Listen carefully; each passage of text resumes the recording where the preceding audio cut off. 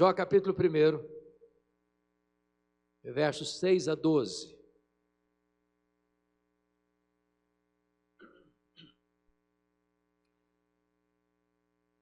Está escrito assim: num dia em que os filhos de Deus vieram apresentar-se perante o Senhor, veio também Satanás entre eles. Então perguntou o Senhor a Satanás: de onde vens?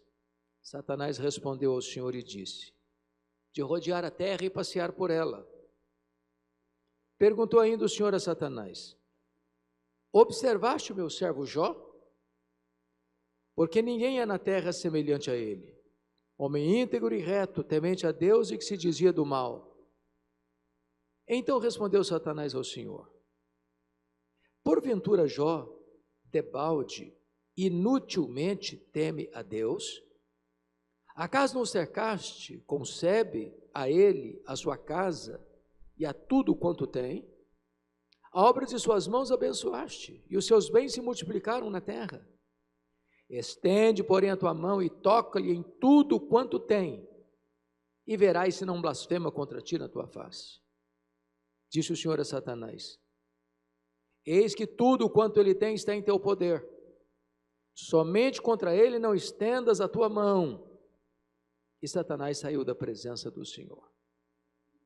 Capítulo 2, versos de 1 a 6.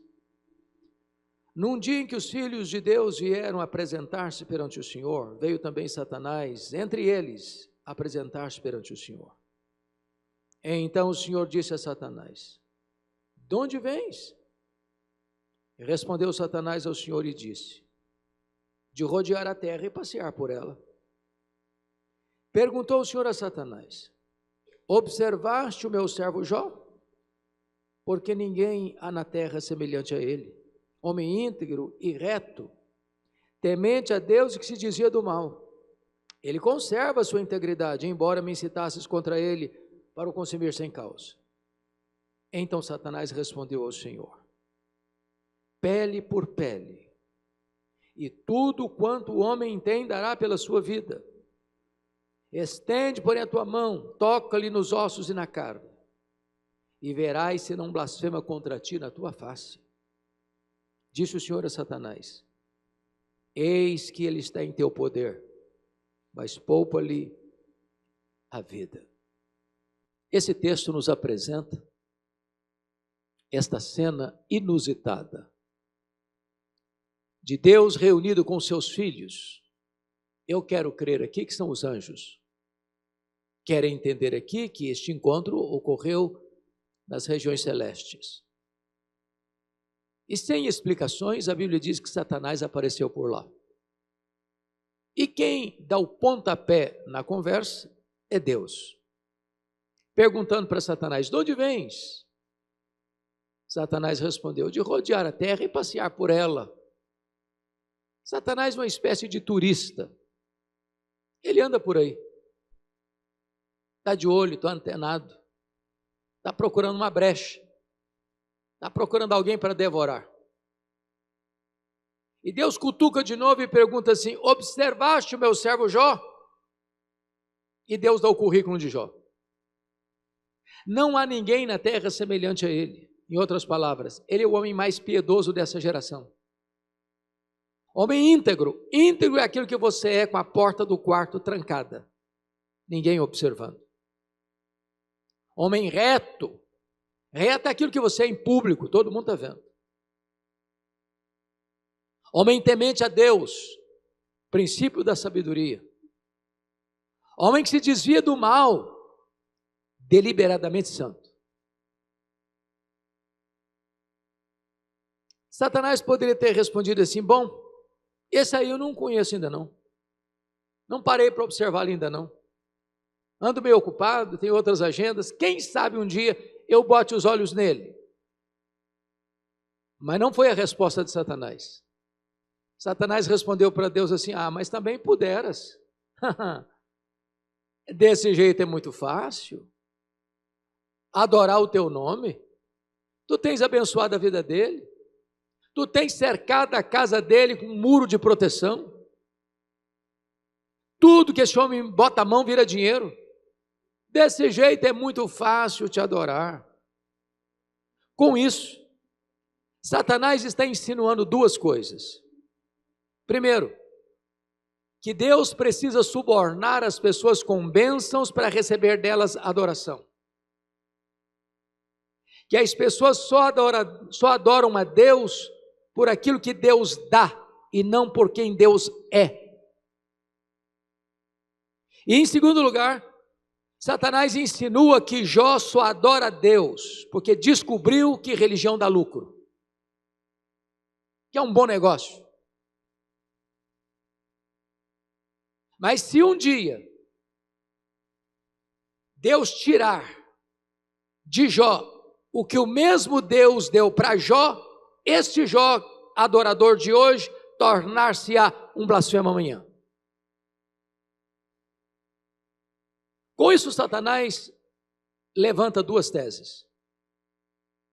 A primeira tese é que ninguém ama mais a Deus do que o dinheiro. Que Satanás diz, toca no que ele tem. E verás se não blasfema contra ti na tua face. O que um homem tem? O homem tem dinheiro, tem bens, tem propriedades. O que um homem tem? Um homem tem família. Toca no que ele tem. Jó tem a segunda tese, ninguém ama mais a Deus do que a família. Sem que Jó soubesse, Deus constitui Jó em seu advogado na terra e coloca nas mãos de Satanás a vida de Jó, colocando certamente um limite em Satanás. Pode tocar no que ele tem, só não pode tocar na sua vida. Em outras palavras, Satanás é um ser limitado e limitado por Deus. Ele só pode ir até onde Deus o permite ir e nem 1 centímetro a mais. O Deus a quem servimos é o soberano Senhor do universo. Ele manda no céu, Ele manda na terra, Ele manda no inferno. Tudo está sob o seu controle e o seu governo. Nas palavras de Martinho Lutero, Satanás é um cachorro na coleira de Deus. Ele só pode ir até onde a coleira o permite ir. Mas, com a permissão de Deus, diz a Bíblia que Satanás sai dali e provoca um verdadeiro terremoto na vida financeira de Jó. Os versos 14, 15, 16 e 17 nos informam que Satanás usa os sabeus, o fogo e os caldeus para colapsar a vida financeira de Jó. O homem mais rico do Oriente quebra, decreta falência, vai à bancarrota, está na lona, falido financeiramente. A pergunta é, será que Jó blasfemaria contra Deus? Será que a tese de Satanás é verdadeira? Ninguém ama mais a Deus do que o dinheiro? Você e eu temos visto gente, por muito menos, que se desespera, por muito menos, insurge-se contra Deus, por muito menos, dá um tiro na cabeça. O que aconteceu? Veja comigo o versículo 21 deste capítulo. Jó disse, nu saí do ventre da minha mãe e nu voltarei. Sabe o que ele está dizendo? Eu não trouxe nada para este mundo, eu não vou levar nada deste mundo, portanto o que eu ganhei entre o berço e a sepultura não é a razão da minha vida. Aqui Satanás é derrotado e Jó derrota a primeira tese de Satanás, e ele prova que ele adora a Deus não por aquilo que Deus dá, mas por quem Deus é. Mas agora, no mesmo dia da crise financeira, Jó recebe a mais amarga notícia da vida. Seus 10 filhos estão reunidos. Jó era um pai exemplar, conforme o versículo 5 do capítulo 1. Jó orava pelos seus filhos. Jó intercedia a Deus junto a seus filhos, em favor de seus filhos. Jó exortava os seus filhos. Apesar de uma agenda tão congestionada, ele dedicava tempo para cuidar da vida espiritual dos filhos. E agora ele recebe a mais dolorosa notícia que um ser humano pode receber na vida: a morte de seus filhos, todos eles num único acidente. A pergunta é: como é que Jó volta do cemitério? Como é que ele recomeça a vida? Como é que ele se ergue das cinzas? Como é que ele se recompõe do luto? Será que Jó blasfemaria contra Deus? Será que a tese de Satanás era verdadeira? Ninguém ama mais a Deus que a família? Será que Jó se insurgiria contra Deus? E a resposta está no versículo 20. Então Jó se levantou, rasgou o seu manto, rapou a cabeça, lançou-se em terra e adorou e disse: o Senhor o deu, o Senhor o tomou, bendito seja o nome do Senhor. Jó prova que ama mais a Deus do que a família. Jó prova que a tese de Satanás é falsa. Jó prova que ele adora a Deus não por aquilo que Deus dá, mas por quem Deus é. Bom, no capítulo 2, mais uma vez Deus se reúne com seus filhos. Eu quero crer que os anjos. Eu quero entender que nas regiões celestes. E somos informados novamente que Satanás apareceu por lá. E quem provoca é Deus perguntando para Satanás: de onde vens? Satanás respondeu: de rodear a terra e passear por ela. Sabe o que está dizendo? Não mudei minha agenda. Estou fazendo o que eu sempre fiz. Estou por aí, estou de olho, estou antenado, estou procurando uma brecha, estou procurando alguém para devorar. E Deus cutuca de novo perguntando assim: observaste o meu servo Jó? E Deus dá o currículo de Jó sem alterar uma vírgula. Não há ninguém na terra semelhante a ele, homem íntegro, reto, temente a Deus, que se desvia do mal.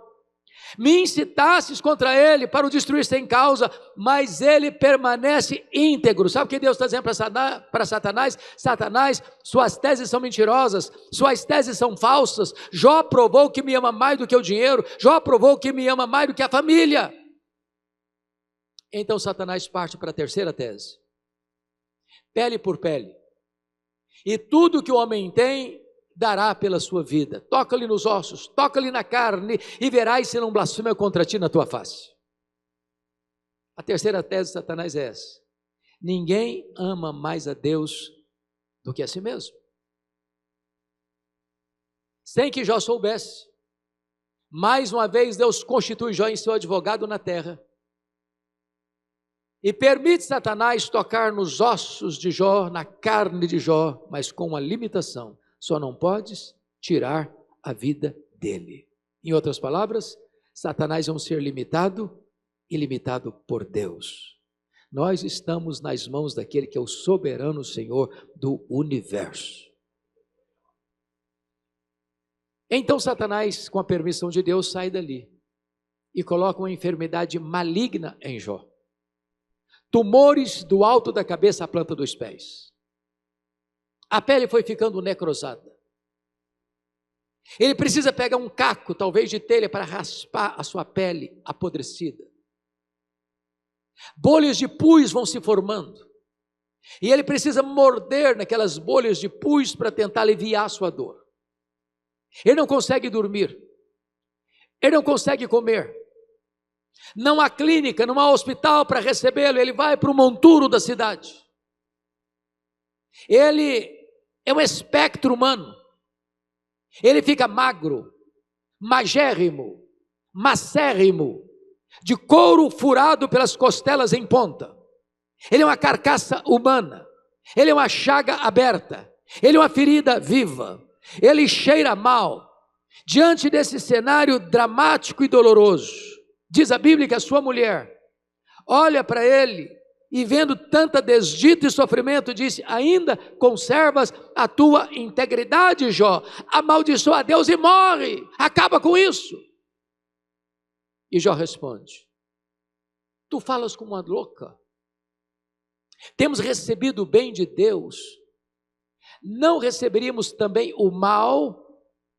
E no capítulo 2, versículo 10, somos informados que em tudo isso Jó não pecou contra Deus com seus lábios, e ele derrota a terceira tese de Satanás, e prova que ama mais a Deus que a si mesmo, e prova que ele adora a Deus não por aquilo que Deus dá, mas por quem Deus é. Então vem agora no capítulo 2, versículo 11, 3 amigos, Elifaz, Bildade e Zofar, combinaram de ir visitar Jó. E diz o texto que eles têm um propósito, é consolá-lo. Versículo 12 diz que levantando eles de longe os olhos, não reconheceram Jó. Ergueram a voz e choraram. Cada um rasgou o seu manto, lançou pó ao ar sobre a cabeça. Sentaram-se com Jó na terra 7 dias e 7 noites. Nenhum lhe dizia palavra alguma, porque viam que a dor de Jó era muito grande. Permitam-me uma pergunta. Esses homens eram amigos de Jó? E a resposta óbvia é, claro que eles eram amigos de Jó. Pense comigo, você já fez alguma visita assim a alguém? 7 dias, 7 noites, assentado no chão, chorando, sem abrir a boca, condoendo-se do sofrimento de alguém. Você já recebeu alguma visita assim, nas noites mais escuras da sua vida? Qual era o problema desses amigos de Jó? O problema desses amigos de Jó é que num dado momento eles começaram a desenvolver uma lógica cartesiana de causa e efeito. E pensaram, para Jó estar sofrendo como está sofrendo, deve ter uma causa. E a causa, certamente, é que Jó deve ter feito muita coisa errada. Eles começaram, num dado momento, a lucubrar, a filosofar, a, entre aspas, fazer teologia. O problema é que a teologia deles é falsa, é equivocada. Então, eles não só pensaram que Jó deveria ter feito alguma coisa errada, mas falaram isso para Jó. Assacaram contra Jó os mais pesados libelos acusatórios. Chamaram Jó de adúltero, chamaram Jó de ladrão, chamaram Jó de louco.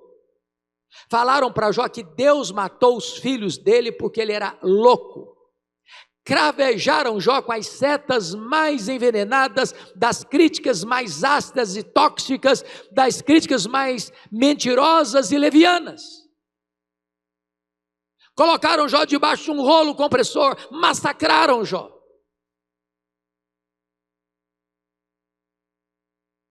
E o que Jó fez? O que você e eu faríamos? Jó se defendeu, Jó queixou-se, Jó respondeu perguntas. Notem vocês que Jó levantou aos céus 16 vezes a mesma pergunta. Por quê? Por quê? Por quê? Por que eu estou sofrendo? Por que a minha dor não cessa? Por que eu sepultei os meus filhos? Por que eu não morri no ventre da minha mãe? Por que eu não morri ao nascer? Por que os seios da minha mãe não estavam murchos de leite para eu morrer de fome? Por que o Senhor não me mata de uma vez? Jó levantou aos céus 34 queixas contra Deus. E não foi um estoico que se assentou no canto de uma sala, trincou os dentes e aguentou calado, não. Ele falou. Ele espremeu o pus da sua ferida, ele escancarou as comportas da sua alma. E sabe qual foi a resposta que ele recebeu de Deus? O silêncio gelado e sepulcral de Deus. Nenhuma resposta, nenhuma explicação, nenhuma luz no fim do túnel, nenhum sinal do seu favor. E eu posso até lhes garantir do que pior do que sofrer é sofrer sem explicação. O silêncio de Deus grita mais alto nos ouvidos da nossa alma que o ruído mais barulhento das circunstâncias mais adversas. Se vocês estão acompanhando o raciocínio da mensagem, percebem aqui que Jó está sendo golpeado nas 5 áreas mais importantes da vida de um ser humano. A primeira área é a área financeira. Irmãos, para quem sempre viveu numa magrela financeira, sofrer mais um golpe já está até acostumado. Mas quem está no topo da pirâmide, sendo a pessoa mais rica, perder tudo do dia para a noite, é um abalo quase que insuportável. Jó está falido financeiramente, quebrado. A segunda área, notem comigo, é a área dos filhos. Não é natural pai e mãe sepultar filhos. Não é natural. Não é natural os filhos furarem a fila e irem na frente dos pais. Talvez de todas as dores humanas, a mais aguda é esta: um pai e uma mãe ter que sepultar um filho. E Jó teve que sepultar os 10 filhos no mesmo dia. Terceira área,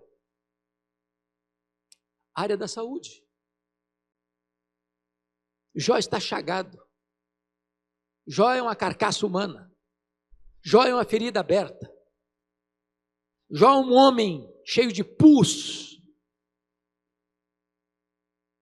E eu vou lhes dizer que a doença, a enfermidade nivela todos os seres humanos para baixo.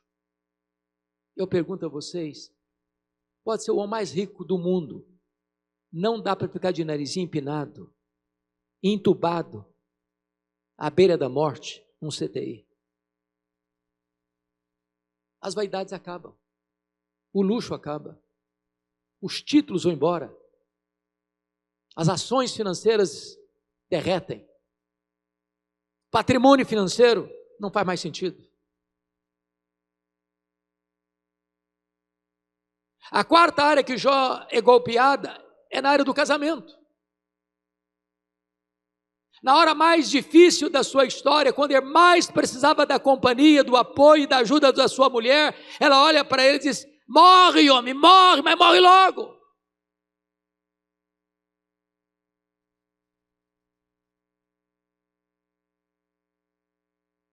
Ninguém pode estar bem quando o casamento está abalado. Mas a quinta área que Jó foi golpeado foi na área das amizades. Aqueles que vieram para serem seus consoladores tornaram-se seus acusadores. Aqueles que vieram como bálsamo tornaram-se vinagre nas suas feridas. Aqueles que deveriam consolá-lo açoitam-no com rigor desmesurado, com o chicote das acusações levianas. Em outras palavras, esse homem perdeu tudo. Esse homem está no fundo do poço. Ele não tem mais nada para se agarrar. Mas eu vou lhes dizer que quando alguém está no fundo do poço, só tem uma direção para olhar, é para cima. Jó perdeu tudo, menos a sua confiança em Deus. Porque das agruras profundas da sua dor, ele arranca do peito um grito. Mas uma coisa eu sei, é que o meu Redentor vive. E eu verei o meu Redentor. Eu verei o meu Redentor. Ele vive. Eu perdi tudo, mas não perdi o meu Senhor.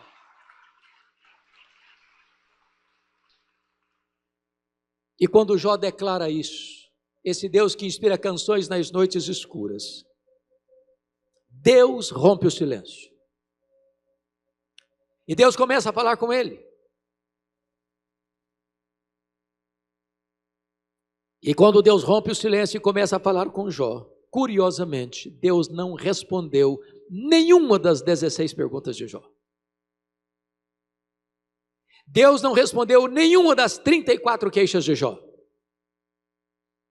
Quando Deus começou a falar com Jó, Deus fez 70 perguntas para Jó, todas retóricas, impossíveis de responder. E Deus perguntou para Jó assim: ô Jó, onde você estava quando eu lançava os fundamentos da terra? Ô Jó, onde você estava quando eu espalhava as estrelas no firmamento? Ô Jó, onde você estava quando eu cercava as águas do mar para elas não invadirem a terra? E Deus foi despejando em catadupas abundantes sobre Jó, torrentes da sua glória, da sua majestade, da sua grandeza, da sua soberania. Deus foi esmagando Jó com esta gloriosa revelação de quem ele é. E diz a Bíblia que Jó foi se encolhendo. E ele foi se encolhendo. E ele foi se encolhendo. Se encolhendo. Para descobrir as verdades mais gloriosas da sua vida, que mudaram por completo a sua história. Que verdades são essas? Que podem nesta manhã impactar a nossa vida e mudar também a nossa história. Por favor, vá comigo para o capítulo 42 de Jó. Estas verdades estão lá.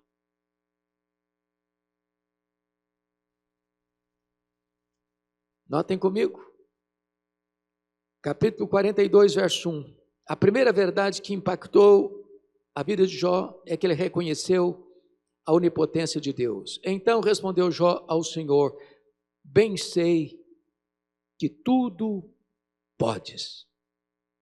Permita-me dizer algo. Você e eu temos limitações intransponíveis. Nós somos fracos. Isso é um fato. E nós temos muitas fraquezas. A teologia bíblica diverge frontalmente da psicologia de autoajuda. A psicologia de autoajuda diz que você é forte, você é um gigante, que há poder nas suas palavras, que basta fazer cócegas no seu interior, se levantará daí um gigante, um portento. A Bíblia diz o contrário. Nós somos fracos. E Deus conhece a nossa estrutura e sabe que somos pó. Por exemplo, nós temos fraquezas físicas.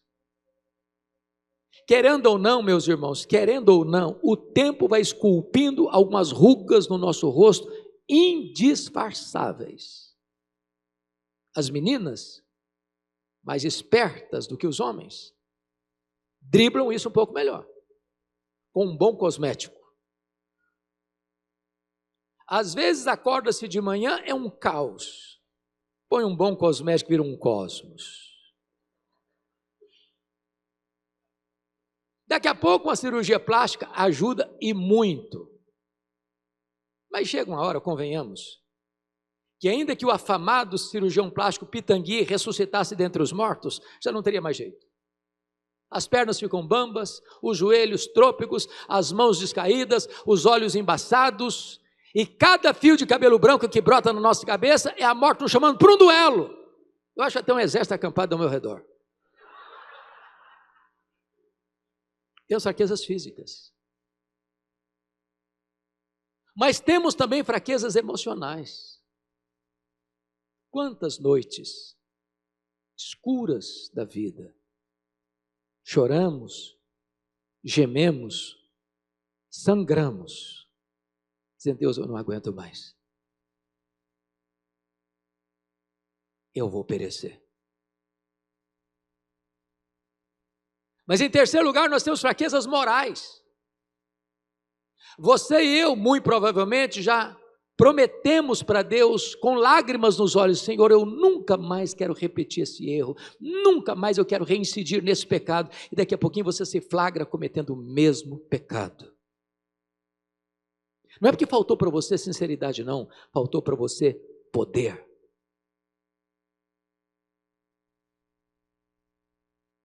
Mas em quarto lugar, nós temos fraquezas espirituais.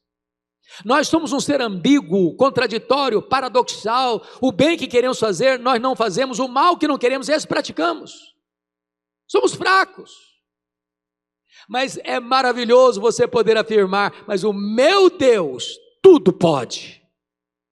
Para Ele não tem causa perdida, para Ele não tem doença incurável, para Ele não tem casamento irrecuperável, para Ele não tem problema insolúvel. Ele pode tudo quanto Ele quer. Sem matéria pré-existente, Ele criou o universo. Segundo os entendidos, é o que se sabe até hoje, com mais de 93 bilhões de anos-luz de diâmetro.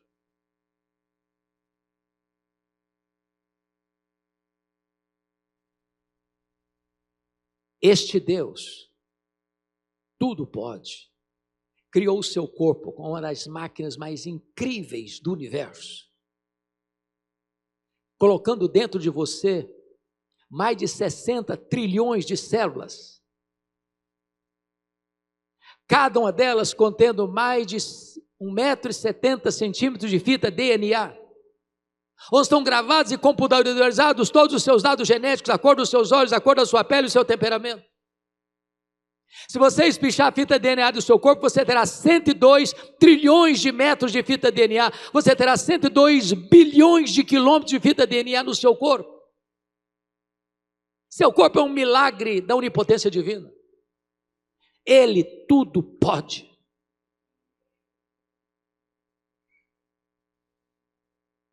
Permita-me ilustrar isso de maneira simples. O pai caminhava com seu filho pela rua, menino de 4 anos. E eu sei que vocês vão concordar comigo. As crianças parece que fizeram um curso de pós-doutorado em perguntas difíceis. Eu não conheço ninguém que faz pergunta mais difícil do que a criança. E o menino pergunta para o pai assim: papai, qual é o tamanho de Deus? E o pai engasgou porque não tinha uma resposta pronta para um menino de 4 anos. Continuou caminhando em silêncio, pensando. Daqui a pouquinho ele escuta os roncos das turbinas de um avião supersônico nas alturas excelsas e disse para o filho: filho, olha para cima. Você está vendo aquele avião? O menino respondeu: estou vendo, papai, estou vendo. O pai pergunta: qual é o tamanho daquele avião, meu filho? O menino respondeu: muito pequeno, estava muito longe. O pai pega o menino, leva para o aeroporto, tinha um jumbão de mais de 400 passageiros estacionado. O pai pergunta assim: está vendo esse avião, filho? Estou vendo, papai, estou vendo. Qual é o tamanho desse avião, meu filho? Esse é muito grande, meu pai, muito grande. O pai respondeu: meu filho, Deus é do mesmo jeito. Quando você está longe de Deus, meu filho, Deus parece pequeno para você. Quando você está perto de Deus, meu filho, Deus é grande para você. Agora eu sei que tudo podes. Quanto mais perto de Deus você está, mais você conhece a grandeza incomparável de Deus.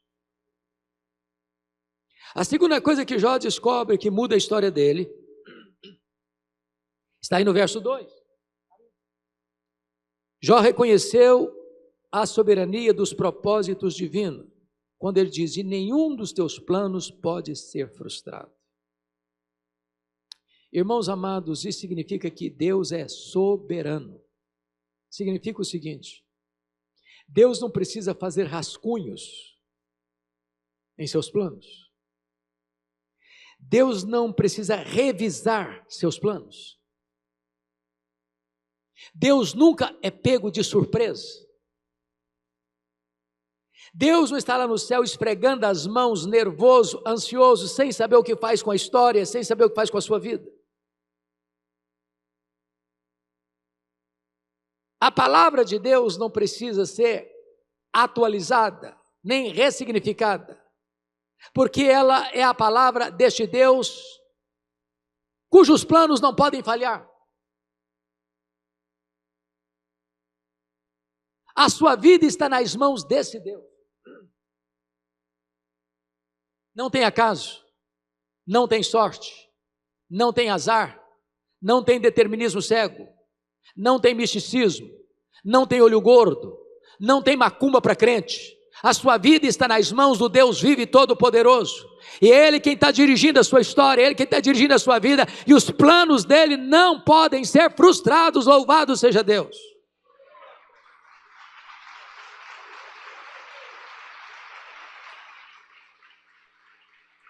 A terceira coisa que Jó descobre que vai mudar por completo a sua história está no versículo 3. Ele reconhece a sua profunda limitação quando diz na parte B: na verdade falei do que eu não entendia. Coisas maravilhosas demais para mim, coisas que eu não conhecia.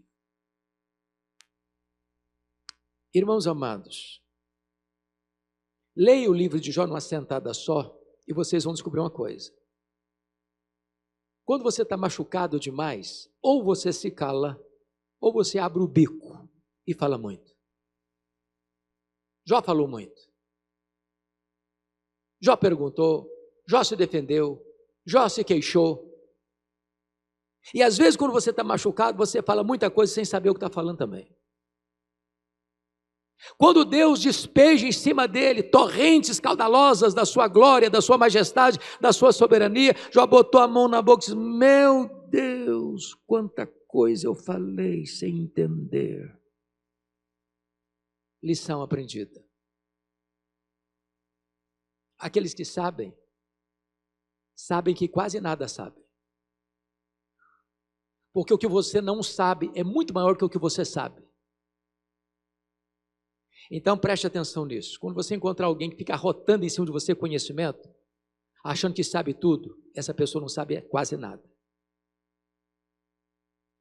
Quem sabe não toca a trombeta. É lata vazia que faz barulho. Quanto mais você conhece, mais consciência você tem de que pouco você conhece. Já viu isso? Você vai conversar com a pessoa: não, Bíblia eu conheço de capa a capa, você cita João 3,16, já não sabe onde está. Quanto mais você avança no conhecimento, mais consciência você tem de que sabe pouco. Pastor Anésio, uma das coisas que me marcam é lembrar, por exemplo, do pastor Russell Shedd. Todos nós, possivelmente aqui, já ouvimos falar em Russell Shedd. Pela sua cultura, pela sua humildade, pelo seu exemplo. O que me impressionava nele é que quando você ia perguntar alguma coisa da Bíblia para ele, ele costumava responder assim: estou inclinado a crer, estou pensando que, estou achando que deve ser. Quando você encontra gente muito categórica demais, que acha que é o dono do saber, é porque sabe pouco. Em outras palavras, a humildade é a base da vida cristã.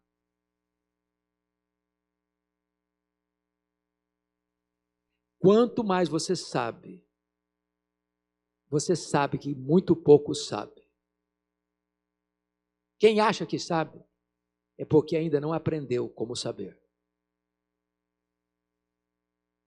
Então, baixa a bola um pouquinho, tá bom? Baixa a bola. Quarta coisa que mudou a história de Jó. Veja comigo o versículo 5. Ele reconheceu o seu limitado conhecimento de Deus. Ele diz: eu te conhecia só de ouvir, mas agora os meus olhos te veem. E eu entro em crise com esse versículo. Porque parece-me que ele não está sintonizado com Jó 1,8 e Jó 2,3. Porque Jó 1,8 e Jó 2,3 é Deus quem está falando assim: observaste o meu servo Jó, Não há ninguém na terra semelhante a ele, homem íntegro, reto, temente a Deus, que se desvia do mal. Olha, isso não é uma opinião, isso não é elogio de amigos bajuladores. Quem está dizendo isso é Deus, e Deus não tem uma opinião, Deus tem um diagnóstico. Agora, como é que esse homem, que o próprio Deus diz que ele é singular na terra, o mais piedoso, pode fazer uma declaração dessa? Eu te conheci só de ouvir, agora que os meus olhos te veem. Não parece contraditório? Como entender isso?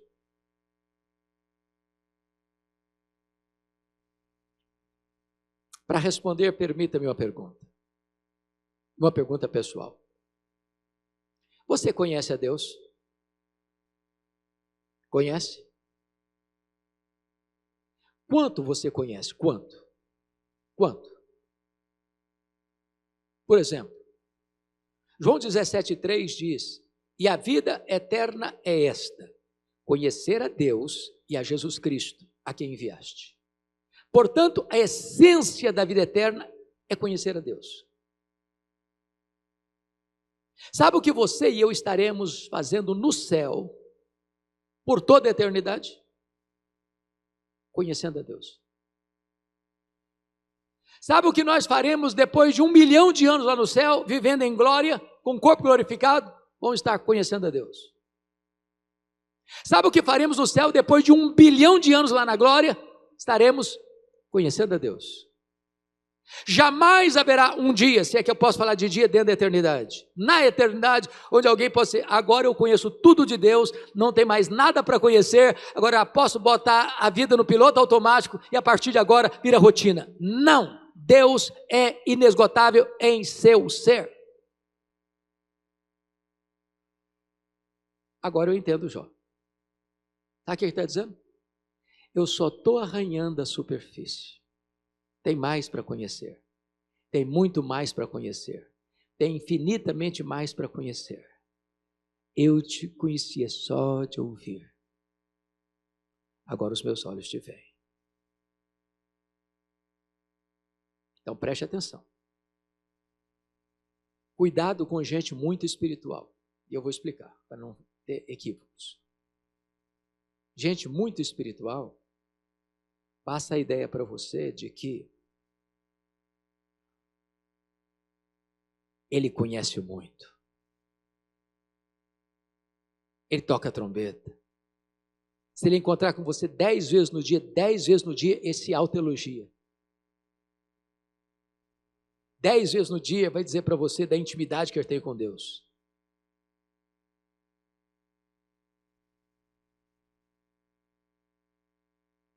E eu vou lhe dizer que quanto mais você conhece a Deus, mais você reconhece que precisa conhecer mais a Deus. Mais você entende que você só está arranhando a superfície, tem mais, muito mais, infinitamente mais para conhecer. O conhecimento de Deus não torna você altivo, torna você humilde.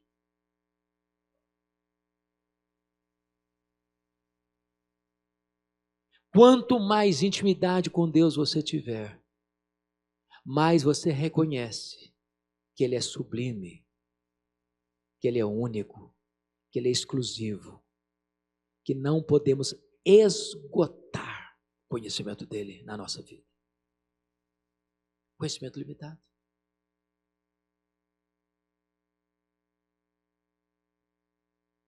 Mas a quinta coisa que Jó descobre que vai mudar a história dele está no versículo 6. Ele reconheceu a enormidade do seu pecado. Versículo 6 ele diz: por isso me abomino e me arrependo no pó e nas cinzas. Parece que ficamos em choque de novo, porque essa confissão não cabe, ao nosso ver, na boca do homem de quem Deus disse: não há ninguém na terra semelhante a ele, homem íntegro, reto, temente a Deus, se desvia do mal. Essa confissão fica bem na boca de um assassino, de um ladrão, de um adúltero, de um corrupto. Mas na boca do homem mais piedoso, como é que eu entendo isso? E a resposta é: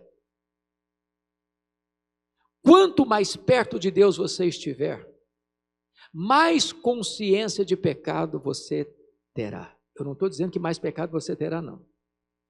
Quanto mais perto de Deus você estiver, mais consciência de pecado você terá.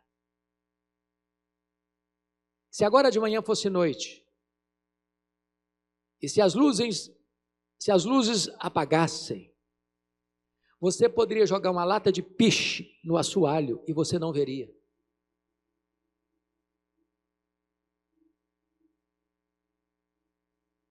Então entenda isso. As pessoas que mais choram pelos seus pecados não são as pessoas que mais pecam, são as pessoas que mais perto de Deus andam. Quanto mais perto da luz você estiver, mais consciência do seu pecado você terá.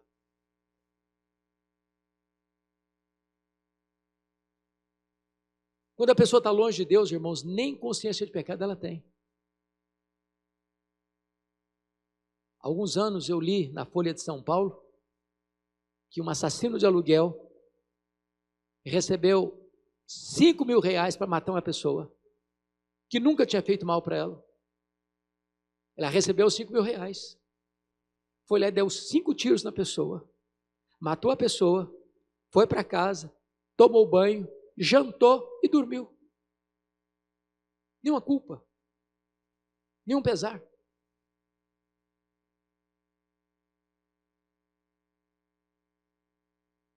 Eu estava dando uma palestra, pastor Anésio, num dos hospitais aqui de São Paulo, e a capelã do hospital veio me contar uma história dramática que ela tinha vivido naquela semana. Chega no pronto-socorro uma moça, sangrando, hemorragia grave,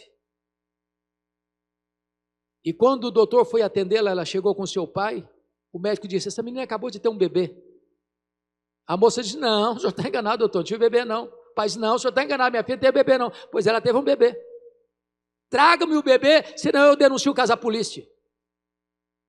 20 minutos depois chegava um bebê, morto, uma caixa de sapato. Nenhuma culpa do pai, nenhuma culpa da moça. Porque quando a pessoa está longe de Deus, nem consciência de pecado ela tem. Mas quando você está diante da luz, perto de Deus, você grita como Jó. Eu estou desesperado com o meu pecado. Eu me abomino no pó e na cinza. Agora, por favor, entenda o que eu vou lhes dizer. O que mudou até aqui foi o entendimento. Jó ainda está falido. Jó ainda está enlutado. Jó ainda está doente. Jó ainda está abandonado pela mulher. Jó ainda está sendo acusado pelos seus amigos. Às vezes, irmãos, a nossa geração quer que as circunstâncias mudem sem mudar o entendimento. O que mudou até aqui foi o entendimento, foi a compreensão, foi a cosmovisão. Primeiro Deus muda a sua mente, depois Deus muda a sua realidade. Hoje nós estamos vivendo a geração do sentimento e não da razão. Tem muita gente que até hoje acha que um culto abençoado é quando sente calafrio na espinha. Mas se for só emoção, ali na porta da igreja essa emoção vai embora. É por isso que louvado seja Deus, essa igreja é fundamentada sobre a palavra. Essa igreja ama a palavra, essa igreja busca a exposição da palavra, porque a palavra é dirigida ao seu intelecto, ao seu entendimento, à sua razão, à sua compreensão, e quando você compreende as verdades de Deus, essas verdades mudam a sua vida. Como dizia John Stott, crer é também pensar. Agora, como é que muda essa realidade? Vamos para o versículo 10, porque ele é a chave hermenêutica do livro de Jó. Está escrito aí, 42:10. Mudou o Senhor a sorte de Jó, quando este orava pelos seus amigos. Você já fez essa pergunta, por que Deus mudou a sorte de Jó quando ele orava pelos seus amigos? Permita-me uma pergunta. Você já chegou naquele nível espiritual que ninguém mais fala mal de você? Já chegou?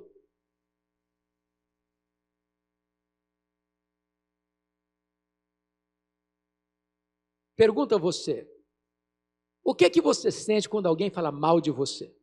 Injustamente. Acusa você de que você não fez, de quem você não é. Você fica feliz? Você pula de alegria? Você volta para casa celebrando, diz, glória a Deus, eu vou dormir melhor porque estão falando mal de mim essa noite. Você fica feliz com isso?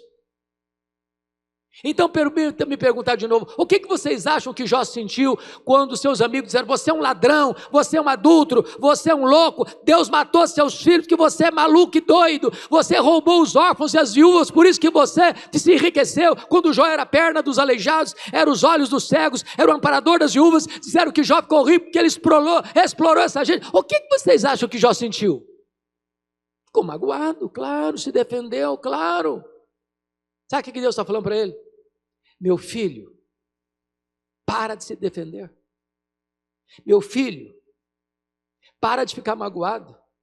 Meu filho, comece a orar pelas pessoas que estão acusando você. Sabe por quê? Ninguém ora por outra pessoa e tem mágoa dela ao mesmo tempo. E diz a Bíblia que quando Jó começou a orar pelos seus amigos, Deus mudou a sorte de Jó. Você não tem que se defender, você tem que andar com Deus. Quando você cuida da sua piedade, Deus cuida da sua reputação. E eu quero chamar a sua atenção para encerrar. Que as 5 áreas que Satanás tentou destruir na vida de Jó, Deus restaurou todas elas. A primeira área que Deus restaurou está aí no versículo 16 do capítulo 42, foi a saúde de Jó. Ele viveu mais 140 anos dali para frente. Eu quero crer que não ficou nem sequela, nem cicatriz. Eu quero dizer para você nesta manhã que o nosso Deus é o Jeová Rafá, Ele é o Deus que cura. A última palavra não é da ciência, a última palavra não é da medicina, a última palavra é do Deus vivo. Para Ele não tem doença incurável, e Ele está aqui nesta manhã, e Ele pode fazer este milagre também na sua vida, aqui hoje, em nome de Jesus.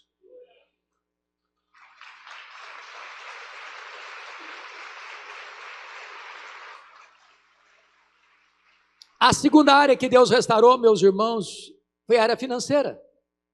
Versículo 10 diz que Deus deu tudo em dobro, e no versículo 12 explica o que foi tudo em dobro. Quando você compara capítulo 1, verso 3 com 42, 12, Deus literalmente deu em dobro. Eu quero dizer para você que o Deus da restituição está aqui nesta manhã.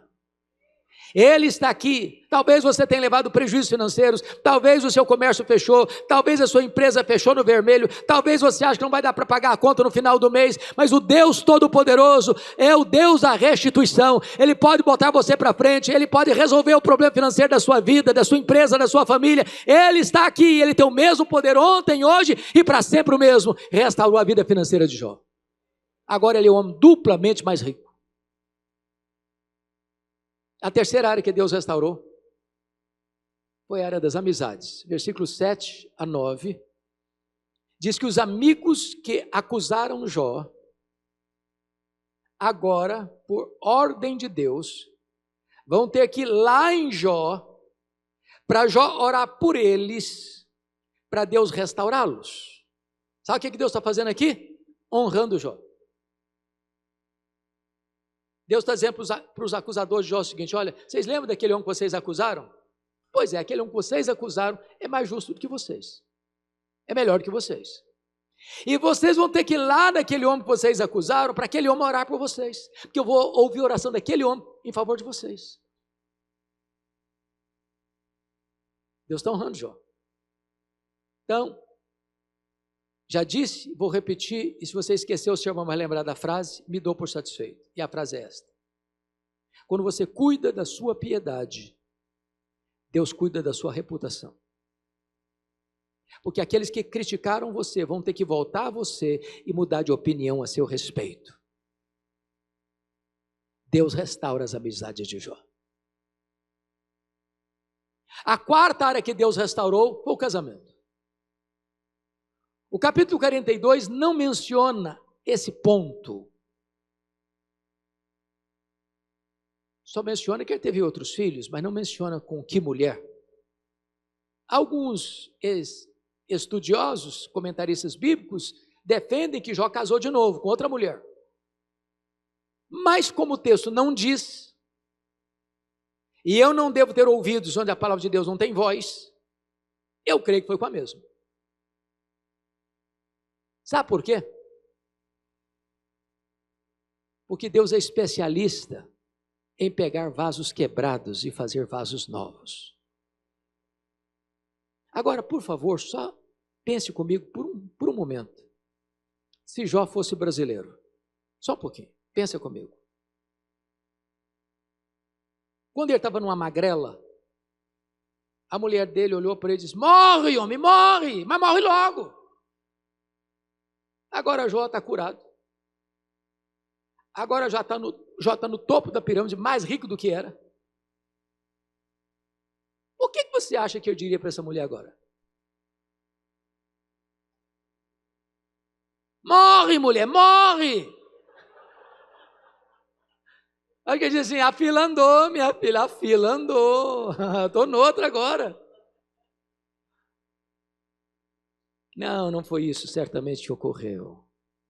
Deus pega gente quebrada, machucada e ferida, e restaura, e cura, e faz tudo novo.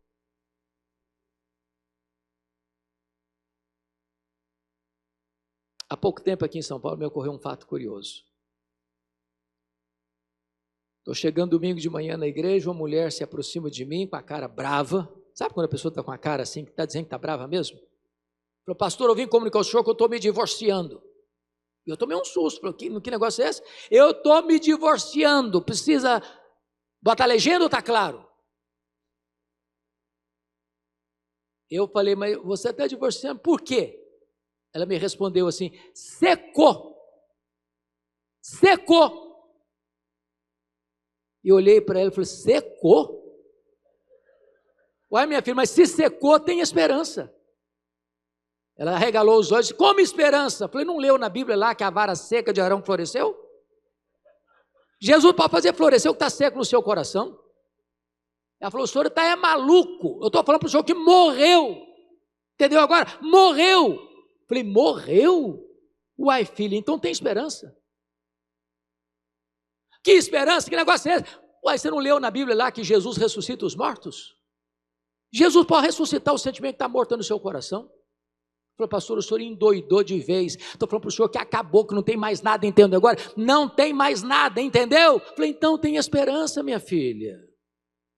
Você não leu na Bíblia lá que Deus chama a existência até as coisas que não existem? Ele pode chamar a existência o que não tem mais no seu coração. Você não vai se separar agora não, você vai orar comigo um mês, depois você volta aqui, nós vamos conversar. Depois de um mês, ela voltou. Pastor, acabou a vontade de divorciar.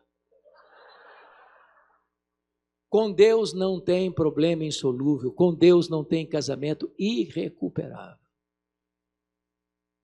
Mas a quinta área que Deus restaurou foram os filhos.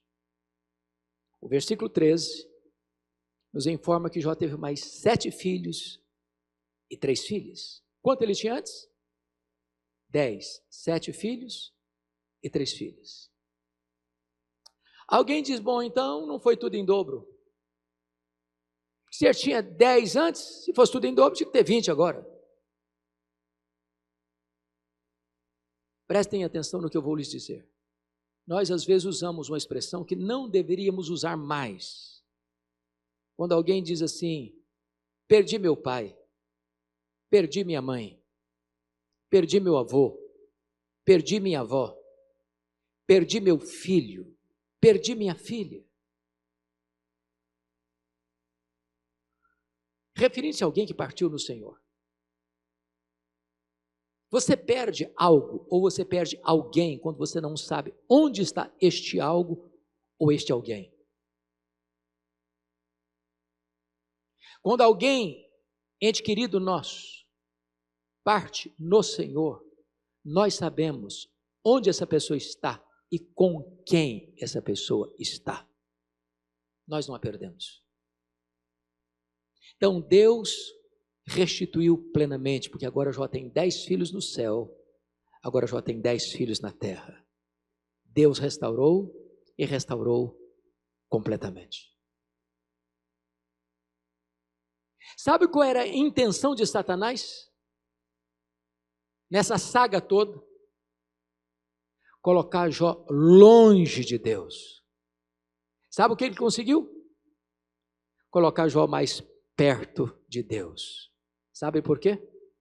Porque os planos de Deus não podem ser frustrados. É a este Deus soberano que você e eu servimos. A nossa vida está segura nos seus braços, de onde ninguém pode nos arrancar. Que Ele seja exaltado nesta manhã.